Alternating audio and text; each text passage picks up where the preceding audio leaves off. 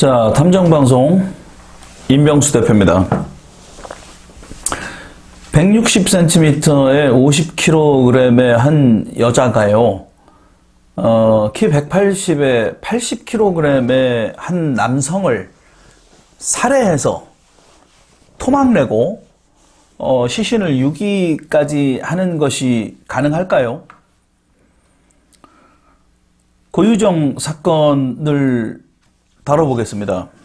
자, 얼마 전에 전남편 토막 살해 사건이라고 제주에서 일어난 사건으로 알려져 있어요. CCTV를 통해서 머물었던 곳 주변으로 탐문 수사를 시작하고요. 그 가장 유력한 용의자인 전 부인 고유정을 체포를 한 상태가 되지요. 체포 당시 유치장에서 이 고유정은 잠도 잘 자고 밥도 잘 먹고 잘 지냈다라고 해요. 체포 당시에. 그런데 그 이후에 구속영장이 떨어지고 난 뒤에 식사량이 줄고 좀 조급해 보이기도 하고 잠도 좀 잘 못 자는 등 불안한 모습을 많이 비췄다라고 하고요. 조사를 통해서 전 남편을 죽인 것에 대해서는 인정을 한다. 근데 이제 살해 동기나 뭐 이런 거는 입을 열지 않고 있었다고 합니다. 이 인터넷으로 검색을 한 게 니코틴 살해 뭐 이런 것들을 검색을 했다라고. 그리고 또 하나는 뭐 160cm의 여성이 180cm의 남성을 이렇게 죽이고 토막내고 유기까지 하려면 공범이 있는 게 아니냐라는 두 가지 가능성을 두고 수사를 하는 중이었고요. 사체도 아직 발견을 못한 상태입니다. 그리고 뭐 범행 동기에 대해서 이야기를 안 하고 있어요, 지금 현재. 자, 이게 우발적인 살인이냐 아니면 전 남편을 계획적으로 준비를 해서 살인을 한 것이냐. 수사기관에서는 계획적인 살해 쪽에 무게를 더 두고 결국은 오늘 이제 나온 소식이지요. 신상 공개를 합니다. 사진을 일부러 노출시키거나 뭐 이런 방식의 적극적인 방법이 아니라 이동할 때 옷이나 모자나 마스크를 씌우는 등의 소극적인 방법의 신상 공개를 결정을 합니다. 그런데 이제 고개 숙이고 머리카락으로 뭐 또는 손으로 얼굴을 가리고 이렇게 신상 공개가 됐지요. 그래서 여론의 어떤 비난을 받습니다. 이게 이제 뭐 남자 같은 경우에는 얼굴이 다 오픈되는데 이게 뭐 신상 공개냐, 뭐 손가락 공개냐, 뭐 이런 분위기가 있었지요. 지금 사진에 보시면 이 붕대를 감고 있죠, 오른손에. 그러니까 이제 본인이 칼을 써서 뭐 한 거에 대한 이게 이제 증거가 되겠지요. 이 살해를 당한 고인은요, 이혼 이후에도 매달 아르바이트로 꼬박꼬박 양육비를 보낼 만큼 아이에 대한 애정과 책임감이 있었다라고 해요.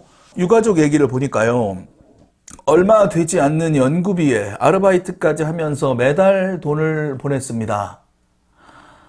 신발을 보니까 구멍이 나 있더라고요. 라는 인터뷰 기사가 나와요. 아들 보러 간다고 좋아서 나간 자리입니다. 너무나 범행 과정이 잔혹해서 듣고 실신을 할 정도였어요. 자, 프로파일러가 5명이 투입이 됐다라고 합니다. 중요한 건 이 살해 동기를 밝히는 데에 가장 핵심 포인트가 있는데 아직까지는 조사 중인 걸로 나와요. 자, 고유정은요, 결국 이제 제주도에서 전 남편을 살해를 해서 토막을 냅니다. 토막을 내서 사체를 유기를 한 것으로 지금 체포가 돼 있는 상태인데, 이 전 남편과는 2년 전에 이혼을 했다라고 해요. 아들이 하나 있고. 근데 이제 양육권을 고유정이 가져간 상태이고, 남편은 양육비를 보내주었다라고 해요. 그런데 이제 이 이혼 가정들이 요즘엔 참 많은데, 양육권을 갖지 못한 부모 입장에서는 아이가 많이 보고 싶겠지요. 이 남편은 많이 양육비를 또 열심히 보내주었기 때문에, 보내주면서 또 아들을 보고 싶어 했다라고 하는데, 고유정이 아들을 못 만나게 했다라고 해요. 그래서 이 아들의 얼굴도 안 보여주고, 또 심지어는 어디서 사는지도 알지 못한다. 참, 이 여자가 이혼을 하고 아들을 하나 두고 이혼을 했지요. 근데 중요한 거는요, 이 아들을 자기가 키우지도 않아요. 키우지도 않고, 제주도, 즉, 자기 친정에 맡깁니다. 자기 부모한테. 그리고 본인은 또 재혼을 해요. 재혼을 하는데, 이 재혼한 남자가 또 아들이 하나 딸린 남자예요. 복잡하죠? 자, 전 남편과 아들을 하나 낳고요. 본인이 양육권을 가지고 있으면서 남편으로 하여금 아들을 만나는 걸 못하게 합니다. 양육비는 받으면서. 근데 정작 자기 자식, 전 남편과 낳은 자식, 이 아들은 본인이 키우지 않고 제주도 외갓집, 자기 친정집에 맡겨버려요. 맡겨버리고 지금 고유정은 어디에서 살았었냐? 충북 청주에서 살았습니다. 충북 청주에서 재혼을 한 재혼남과 살아요. 그런데 그 재혼남이 아들이 하나 딸려 있어요. 그런데 이 아들이 3개월 전에 사망하거든요. 사망을 했는데 왜 이게 사망을 했냐? 라고 봤더니 이 고유정과 새 남편과 같이 똑같이 이야기하는 게 자고 일어났더니 아이가 죽어 있다. 라고 해서 그 국가수에 이제 이게 왜 사망을 했는지, 타살은 아닌지 사건이 종결이 된 상태였었어요. 3개월 전에. 그런데 이 아들은 새 남편의 아들인 거죠. 이 상황에서 이 전 남편이 이 고유정의 친아들, 그러니까 전 남편과 낳은 아들을 보고 싶다라고 했는데도 안 보여주고 계속 그러니까 소송을 걸어요. 남편이 아들을 보기 위해 가사소송을 신청을 합니다. 근데 이제 고유정이 불출석을 해요. 그래서 가사소송 재판에 고유정이 불출석을 함으로써 법원이 결정을 내립니다. 어떤 결정을 내리냐? 강제적으로 만나게 해주는 거예요. 그래서 5월 25일 날, 며칠 안 됐죠? 5월 25일 날 아들을 만날 수 있게 법원이 임의적으로 결정을 합니다. 그래서 그날 같이 펜션에 고유정과 이 전 남편과 아들이 만나는데요. 아니, 그동안 계속 아들을 안 보여주고, 양육비는 받으면서도 아들을 안 보여줬던 고유정이 이 전 남편이 가사소송을 하니까 법원에서 참석을 해라 했는데도 참석을 안 해요. 출석을 안 했던 고유정이 법원에서 임의적으로 아들을 만나게 해줘라 라고 결정을 하면서 고유정한테 명령을 했겠죠. 그죠? 명령을 하니까 제주도에 펜션을 예약을 해서 함께 셋이 만나자라는 행동을 해요. 그러니까 이 전 남편이 볼 때는 이 사람이 왜 이럴까 의아해하면서도 아들을 만난다는 그러한 기쁨에 굉장히 또 즐거웠겠죠.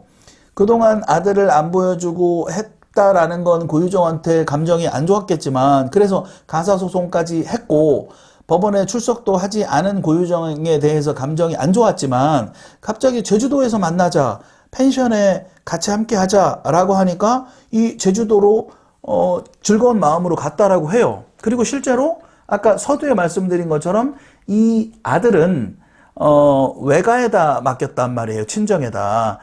그러니까 제주도에 살고 있었죠. 그리고 본인은 아들을 양육하지도 않고 새 남편과 재혼을 하고 그 새 남편에 딸려 있는 아들을 데리고 충북 청주에서 살고 있었는데 3개월 전에 그 아들이 질식사로 사망을 하는데 정황상 그 아들도 살해를 한 게 아닐까라는 추정이 많이 지금 나오고 있는 상태인데요.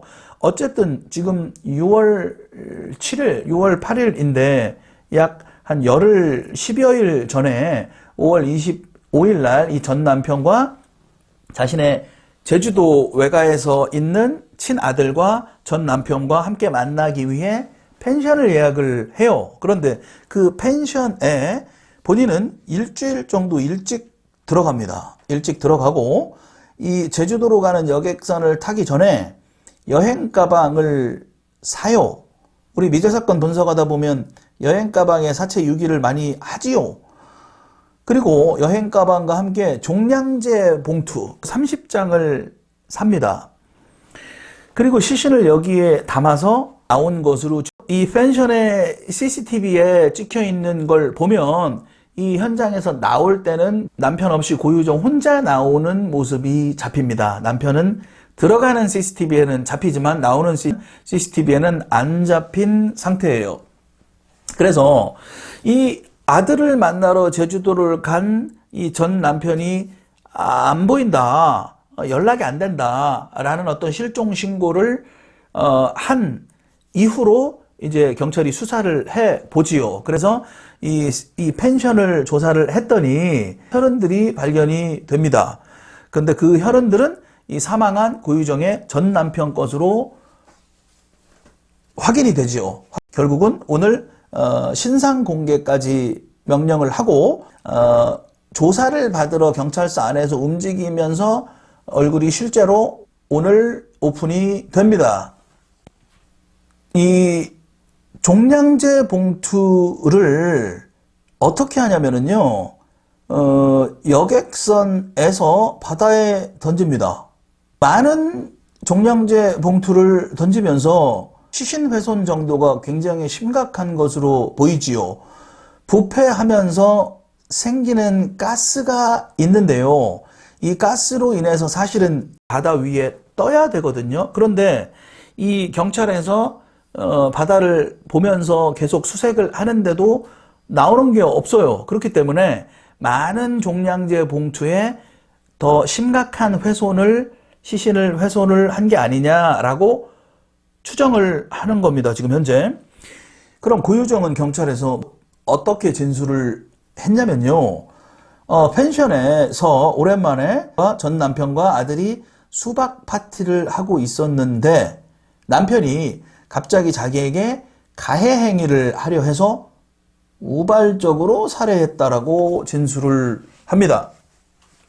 그런데요, 고유정의 그랜저 차량에 흉기, 톱, 그 다음 수십 장의, 지금 말씀드린 것처럼 수십 장의 종량제 봉투들을 미리 실어 놓은 게 확인이 되는 상태이고요.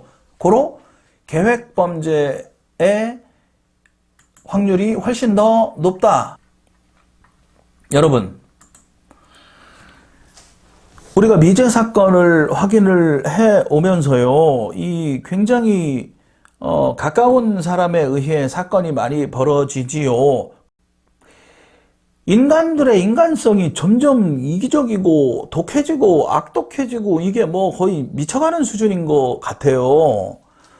너무너무 잔인해지고 이 언론에서 어떤 사건들이 이렇게 일어나면 이 사건들을 우리가 어떤 사건 분석이나 이런 부분들로 인해서 확대 재생산이 되고 국민들에게 알려지지요. 알려지면서 좋은 점도 물론 있지만 저도 이제 사건을 분석을 하는 사람 입장에서 우려되는 부분도 상당히 많다라는 생각이 듭니다. 이게 학습이 되는 거예요, 자꾸. 우리 이제 뭐 유명인의 자살로 인해서 이 베르테르 효과 이후에 자살 사건들이 많이 벌어지잖아요. 그러니까 우리가 언론을 통해서 잔인한 사건들을 계속해서 접하다 보니까 여기에 점점점 무뎌진다라는 거는 이게 정말로 위험하고 슬픈 현실이다라는 생각이 들고요. 친족 살해 사건, 뭐 사체를 토막내고 유기하고 인명 경시 풍조가 이게 너무너무 개탄할 만한 상황으로 가는 것 같아요. 그래서 정확한 범행 동기, 그리고 왜 이 여자가 이렇게 잔인한 범행을 할 수 있는지, 이러한 심리적인 분석도 꼭 필요하고요. 정말로 인간이 참 무섭고 정확한 사건의 전후가 파악되어야 할 필요가 있습니다. 탐정방송 임병수 대표였습니다.